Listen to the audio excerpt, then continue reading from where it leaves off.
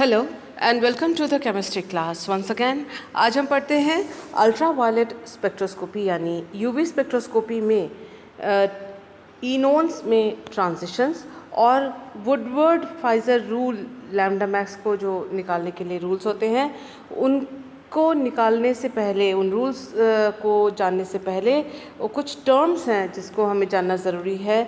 उन शब्दों को जान लें, उनका अर्थ जान लें आज के इस वीडियो में, आज के इस लेक्चर में। तो आइए सबसे पहले इनोन की बात करते हैं।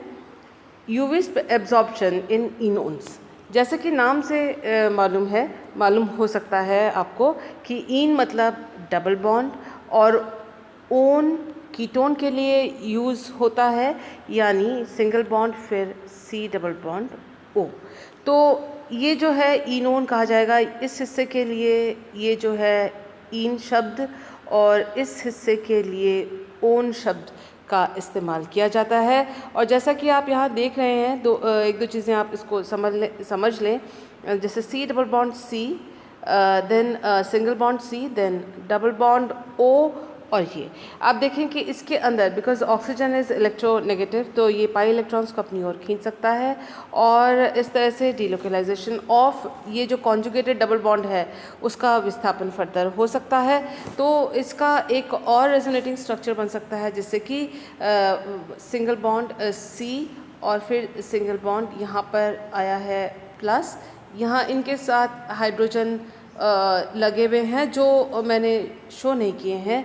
तो हाइड्रोजन आप यहाँ लगा सकते हैं सी, और उसके बाद डबल बॉन्ड, सिंगल बॉन्ड, ये ऑक्सीजन के ऊपर O माइनस, ऑक्सीजन के ऊपर O माइनस, कार्बन के ऊपर O प्लस। तो आप देख सकते हैं कि 1 2 3 कार्बन हैं यहाँ पर, और इधर भी 1 2 और 3, ये 3 कार्बन हैं यहाँ पर।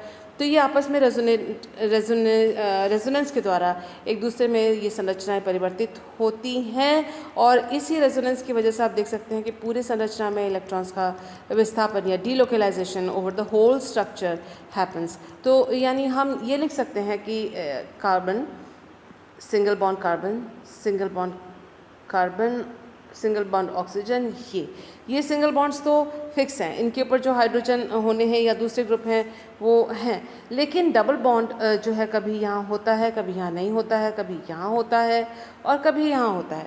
कुल मिला के ये जो पूरा जो सिस्टम है, इसके अंदर आप देख सकते हैं कि एक क्रोमोफोर ये है और एक क्रोमोफोर डबल बॉन्ड वाला ये है, और जो पाई इलेक्ट्रॉन्स हैं वो यहाँ से लेकर यहाँ तक और यहाँ से लेकर यहाँ तक विस्थापित हैं।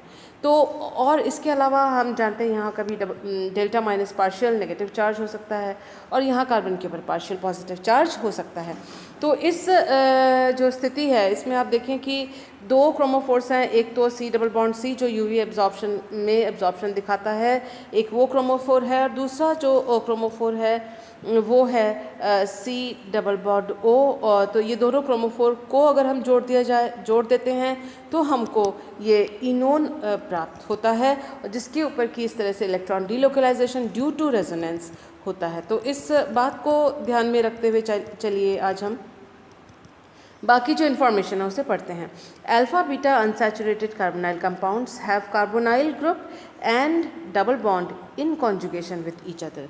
क्या कहा गया है कि alpha beta unsaturated carbonyl compounds यानी इनोन्स, आप alpha beta unsaturated carbonyl compound कहें या ब्रैकेट में उसको इनोन लिखें, दोनों बात एक ही है।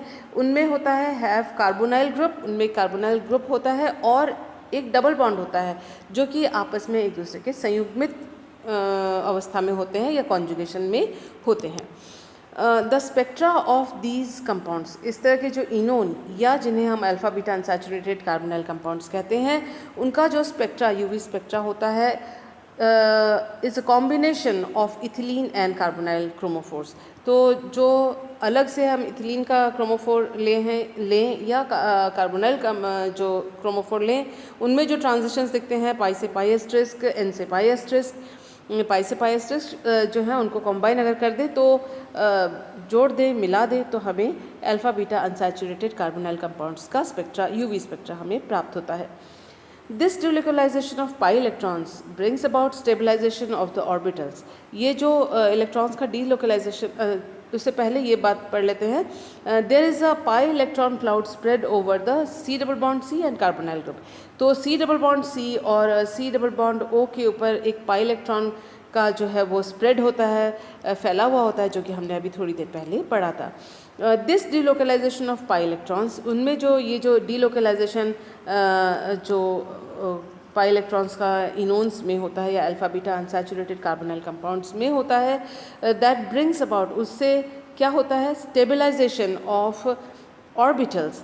तो जो ऑर्बिटल्स होते हैं उनका स्थायीकरण या स्टेबलाइजेशन होता है, and give rise to bathochromic shift. Bathochromic shift का अर्थ है लैम्डा मैक्स की वैल्यू बढ़ जाना, तो रेड शिफ्ट हो जाना। बैथोक्रोमिक शिफ्ट आता है डिलोकलाइजेशन ऑफ इलेक्ट्रॉन्स की वजह से, जो कि इनोन्स में पाया जाता है, और वो बैथोक्रोमिक शिफ्ट जो है एन से पाई एस्ट्रिस्क और पाई से पाई एस्ट्रिस्क ट्रांजिशन दोनों में वो प्रदर्शित या एग्जिबिट होता है। So how it happens, let us C.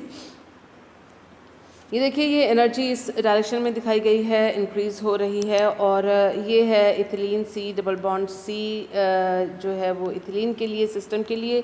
Carbonyl system के लिए सी डबल बॉन्ड ओ वो यहाँ प्रदर्शित हो रहा है। ये दोनों सिस्टम देखिए, इथिलीन में पाई से पाई एस्ट्रिस्क पाई एंटीबॉन्डिंग ट्रांजिशन होता है, और जो कार्बोनाइल ग्रुप होता है इसमें जो ऑक्सीजन होता है उसके ऊपर नॉन बॉन्डेड इलेक्ट्रॉन युग्म होता है, तो इसलिए N bond level, energy level भी है, और इसके अंदर पाई बॉन्ड के साथ पाई एंटी बॉन्डिंग ऑर्बिटल, ये दोनों ऑर्बिटल्स हैं। तो कार्बोनाइल में एक नॉन बॉन्डिंग एक्स्ट्रा होता है, जो कि इथिलीन में नहीं होता है, क्योंकि इसमें नॉन बॉन्डिंग इलेक्ट्रॉन्स नहीं हैं। अब आप देखें कि ये इसके ट्रांजिशन से पाई टू पाई एस्ट्रिस्क, और दूसरा ट्रांजिशन है एन टू पाई एस्ट्रिस्क, दो ट्रांजिशंस ये हैं। और यहाँ जो इथिलीन है उसके अंदर पाई टू पाई एस्ट्रिस्क, पाई से पाई एंटी बॉन्डिंग ट्रांजिशन है, और यहाँ नॉन बॉन्डिंग से पाई एंटी बॉन्डिंग और पाई से पाई एंटी बॉन्डिंग ट्रांजिशन है। अब देखिए कि डीलोकलाइजेशन ऑफ इलेक्ट्रॉन्स होता है, और ये जो अल्फा बीटा अनसैचुरेटेड कार्बोनाइल है वो है C double bond C, single bond C double bond O, और ये सिस्टम है। यहाँ हाइड्रोजन आप लगाना चाहें तो लगाएं, या कोई ग्रुप के लिए आप इस जगह जो बाकी दो वैलेंसीज हैं कार्बन की वो यहाँ पर आप छोड़ सकते हैं, ऐसे करके ये कार्बन है। सो आप देख सकते हैं कि ये इनोन या अल्फा बीटा अनसैचुरेटेड सिस्टम हुआ, और क्योंकि इसमें डीलोकलाइजेशन होता है, रेजोनेंस होता है, जिसकी वजह से जो है स्टेबलाइजेशन आ जाता है। देखिए आप जो पाई बॉन्डिंग ऑर्बिटल है उसकी एनर्जी घट गई डीलोकलाइजेशन की वजह से, और ये जो मॉलिक्यूलर ऑर्बिटल बने हैं ये पाई 1 पाई 2 पाई 3 एंड पाई 4, इन दोनों और इन दोनों यानी चार जो एटॉमिक ऑर्बिटल्स, चार जो मॉलिक्यूलर ऑर्बिटल्स है कार्बोनाइल और इथिलीन के आपस में मिले, और ये पाई 1 से लेकर पाई 4 तक उन्होंने ऑर्बिटल्स बनाए। दोनों चारों ऑर्बिटल्स जो हैं वो मिक्सअप होने पे हमें चार नए ऑर्बिटल मिले, यहाँ 1 और 2, तो उनकी वजह से 1 2 3 और 4 मिले। इसके अलावा जो नॉन बॉन्डिंग इलेक्ट्रॉन है वो भी, नॉन बॉन्डिंग जो ऑर्बिटल है वो भी यहाँ पर आएगा, क्योंकि इसमें alpha beta unsaturated carbonyl compound है। अब आप देख सकते हैं कि स्टेबलाइजेशन कुछ ऑर्बिटल्स का हुआ, जिसकी वजह से जो पाई से पाई एस्ट्रिस्क, क्योंकि इलेक्ट्रॉन्स हमने फिल किए हैं, यहाँ एक पाई बॉन्ड था 2 इलेक्ट्रॉन, यहाँ एक पाई बॉन्ड था 2 इलेक्ट्रॉन, 2 and 2 4 इलेक्ट्रॉन्स, एक नॉन बॉन्डिंग का इलेक्ट्रॉन है that is 6 electron. So 6 electron को हमने हुन्स रूल के हिसाब से इस तरह से भरा, और आप देखते हैं कि जो अपर जो पाई ऑर्बिटल है, हाई एनर्जी पाई ऑर्बिटल जो पाई 2 है, उसे ट्रांजिशन जब होगा तो वो पाई 3 में होगा, जो कि LUMO है, ये अपना HOMO है पाई सिस्टम का। तो इन दोनों के बीच में जब ट्रांजिशन हुआ तो उसकी एनर्जी आप देखिए इससे और इससे ये वाली एनर्जी कम हो गई। क्यों? क्योंकि इसमें डीलोकलाइजेशन ऑफ इलेक्ट्रॉन्स हुआ, इसीलिए ये स्टेबिलिटी और ये ट्रांजिशन में ये घटाव आया है, एनर्जी में ये डिक्रीज़ आया है। उसी तरह से आप देख सकते हैं जो एन से पाई एस्ट्रिस्क जो ट्रांजिशन है वो पहले इतना था, और डीलोकलाइजेशन होने की वजह से, स्टेबलाइजेशन वगैरह की वजह से टोटल जो इसकी एनर्जी में भी बैथोक्रोमिक शिफ्ट या लैम्डा का इंक्रीज़ होना या एनर्जी का कम उपयोग होना इस ट्रांजिशन में, ये सारी चीज़ें इसके अंदर आई हैं। तो ये इनोन का जो है इनोन में जो ट्रांजिशंस यूवी स्पेक्ट्रोस्कोपी में है वो हमने आज पढ़ी हैं और हमने देखा कि इसके अंदर बैथोक्रोमिक शिफ्ट इन दोनों की तुलना में इनोन में आया है और ट्रांजिशंस वही हैं, पाई से पाई एस्टेरिस्क और एन से पाई एस्टेरिस्क वही ट्रांजिशंस इधर हैं, लेकिन उनकी एनर्जी में डिक्रीज़ और लैम्डा में इंक्रीज़ आया है। नाउ इससे जो नेक्स्ट टॉपिक हम पढ़ने वाले हैं वो वुडवर्ड-फाइजर रूल है और वुडवर्ड-फाइजर रूल किसके लिए है, डाइन्स के लिए या इनोन्स के लिए वो हम पढ़ेंगे। लेकिन उससे पहले हमें जो है कुछ टर्म्स का जानना बहुत ज़रूरी है। अब थोड़ा सा मैं आपको बता दूं, वुडवर्ड-फाइजर रूल जो है वो किसी भी असंतृप्त यौगिक के लैम्डा मैक्स को निकालने के काम आता है। आप कह सकते हैं कि लैम्डा मैक्स को हम निकालें कि ऑब्जर्व कर लें। देखिए, लैम्डा मैक्स के द्वारा हम स्ट्रक्चर के बारे में जानकारी प्राप्त कर सकते हैं।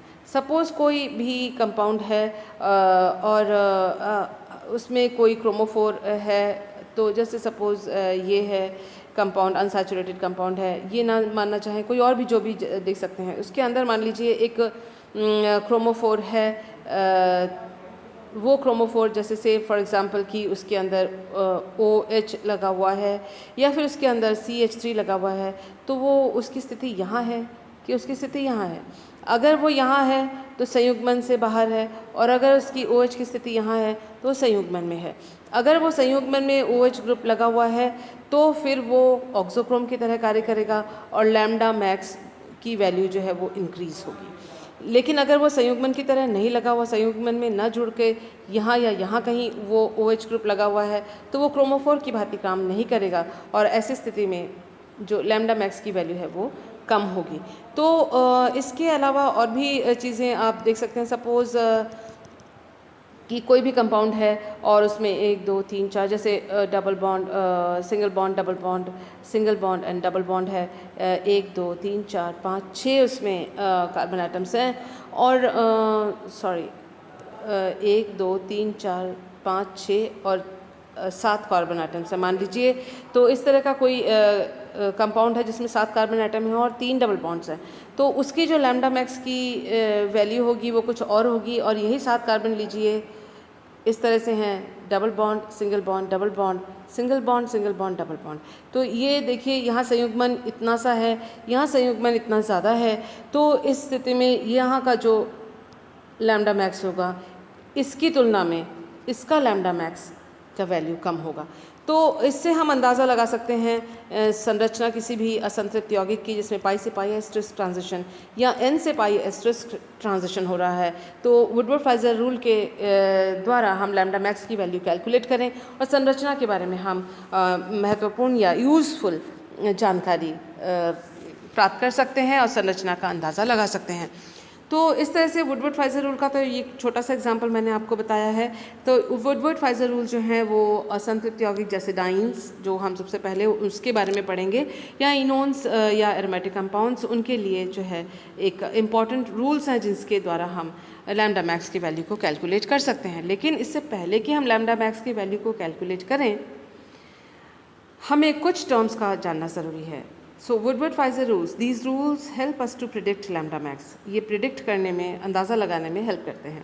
Values for conjugated double bond system, तो ये जो लैम्डा मैक्स वैल्यूज़ फॉर संयुग्मित द्विबंध की श्रृंखला में लैम्डा मैक्स की वैल्यू को पता करने में मदद करते हैं। Before knowing how to calculate lambda max, इससे पहले कि हम जानें कि लैम्डा मैक्स को कैसे कैलकुलेट करें, we must know about following terms, हमको कुछ निम्न बातों को जानना, निम्न टर्म्स को जानना, शब्दों को जानना ज़रूरी है।